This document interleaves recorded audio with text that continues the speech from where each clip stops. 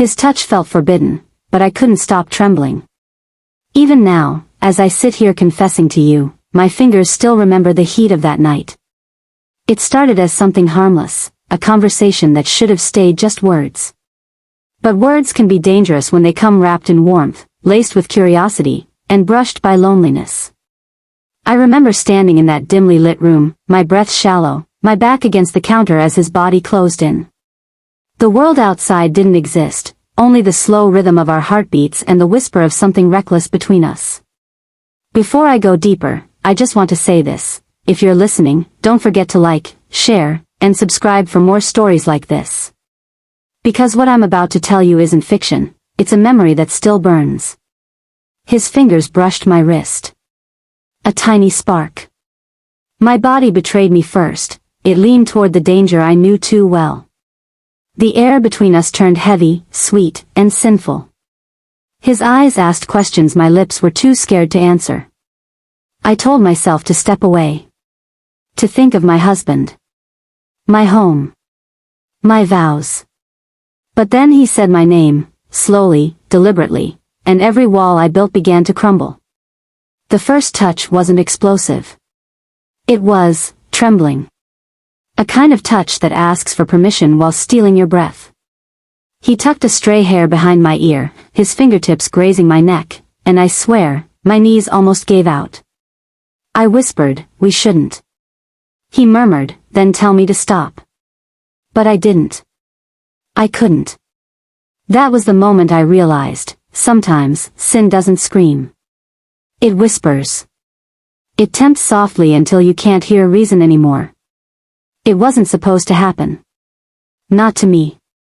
But that night became the beginning of everything I'm about to confess. His touch was never meant to happen, not to me, not in that dimly lit hotel room that smelled like cinnamon candles and guilt. But it did. And from the very first second his fingers brushed against mine, something inside me trembled. I wish I could tell you I pulled away. I wish I could tell you I had the strength to say no. But that would be another lie, and I promised myself that if I ever shared this story, I'd tell it exactly as it happened. Studio microphone. Hey guys, before I take you deeper into this story, please hit that subscribe button, like this video, and share it with someone who believes secrets don't burn, until they do. He wasn't supposed to be my weakness. He was my husband's best friend, Evan. We met at a summer cookout 2 years ago. He was charming, always making everyone laugh, always pretending like he had it all figured out. But that night, behind his grin, I saw something aching. Something familiar. Something that mirrored the emptiness I'd been hiding behind my perfect wife smile. When his hand brushed my shoulder that evening, just a fleeting touch, my body reacted before my mind could argue. It was a spark that never went out. A quiet ignition that waited for the right darkness to explode. And tonight, it did. His thumb grazed my jawline, slow, deliberate. I could feel the heat of his breath against my neck as he whispered, "You don't have to run anymore." The tremor that went through me wasn't fear, it was recognition. The kind that comes from knowing you're about to cross a line you can never step back from. I remember the moment I looked into his eyes. They weren't innocent, and neither were mine. They were hungry. Starved. Desperate. He pressed his forehead against mine, like he was waiting for me to say something, anything, that could save us both. But the truth? I didn't want to be saved. Not that night.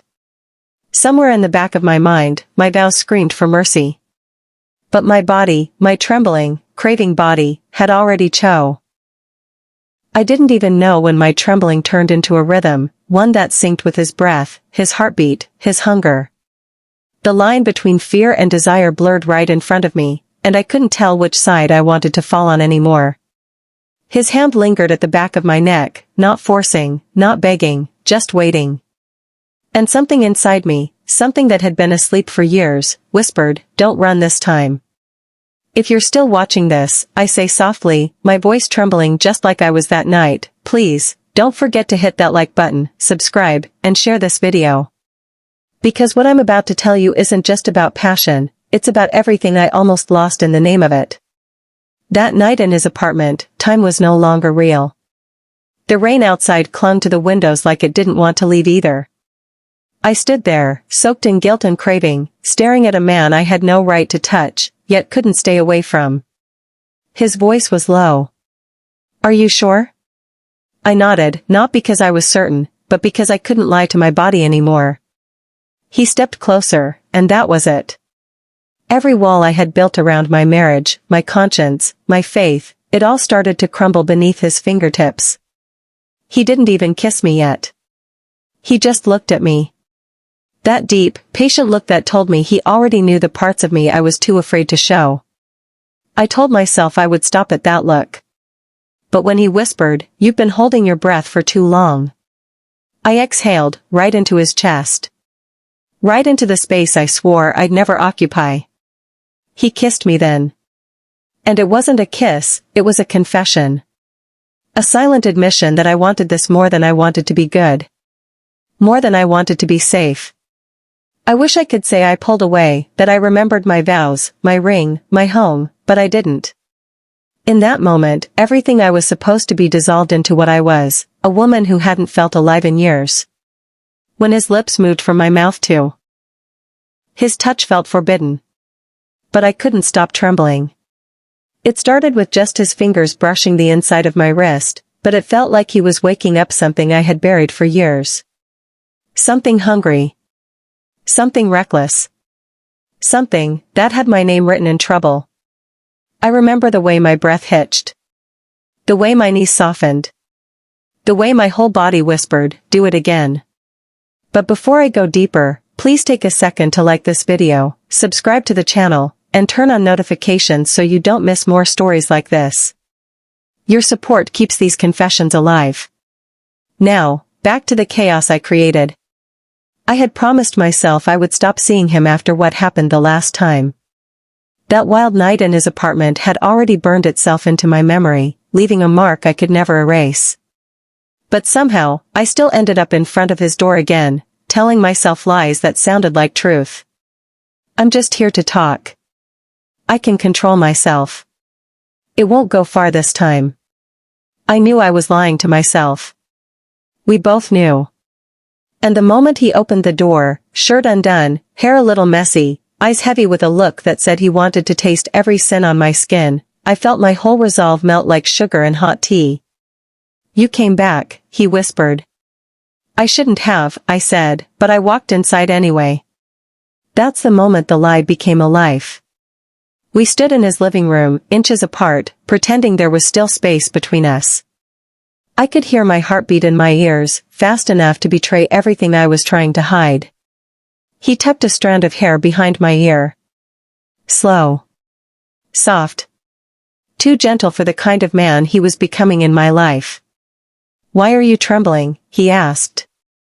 "Because I'm not supposed to be here," I whispered. His hand slid down my neck, stopping just above my collarbone. My whole body tensed, then gave in, like I'd been waiting for him longer than I wanted to admit. "Your body says otherwise," he murmured. God, he was right. I should have known that night would change everything.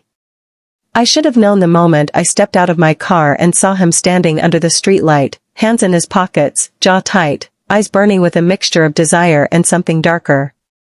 But I still walked toward him as if I had no will of my own.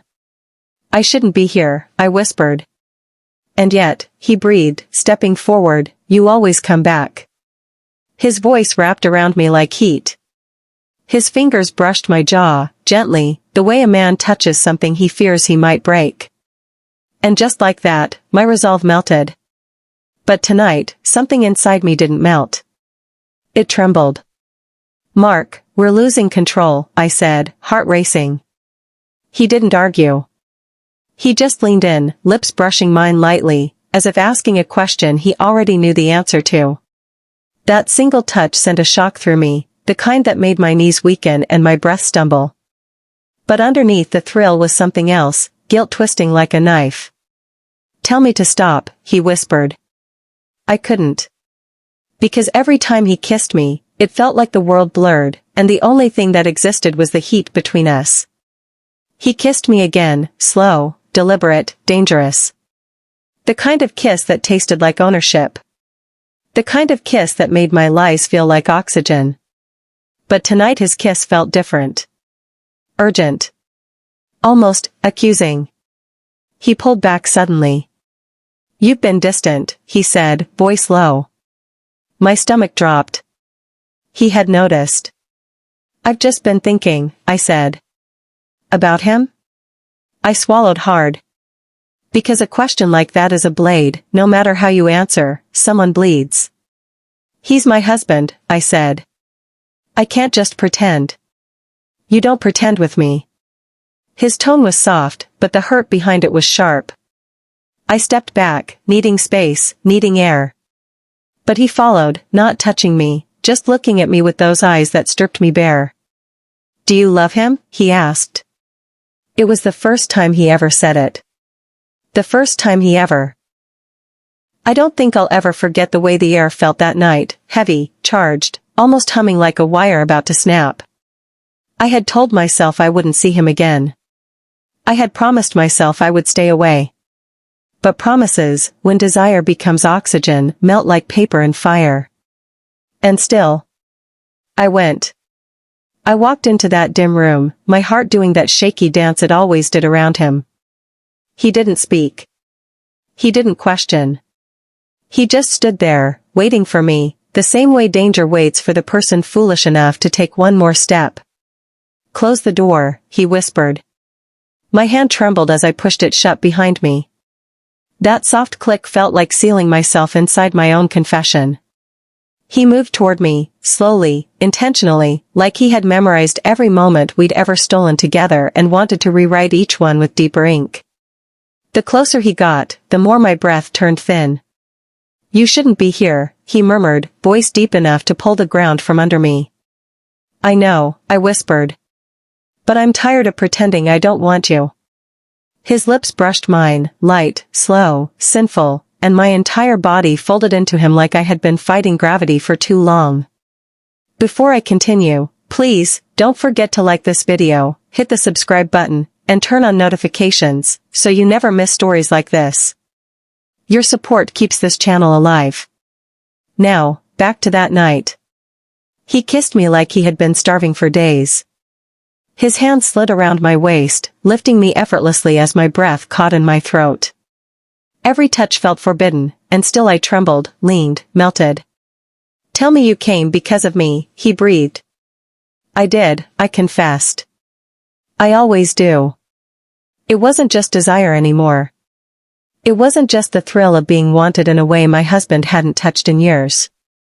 It was something deeper, something more dangerous. Something that felt like falling without ever hitting the ground. Hours passed like minutes, and minutes passed like heartbeats. His hands moved wet.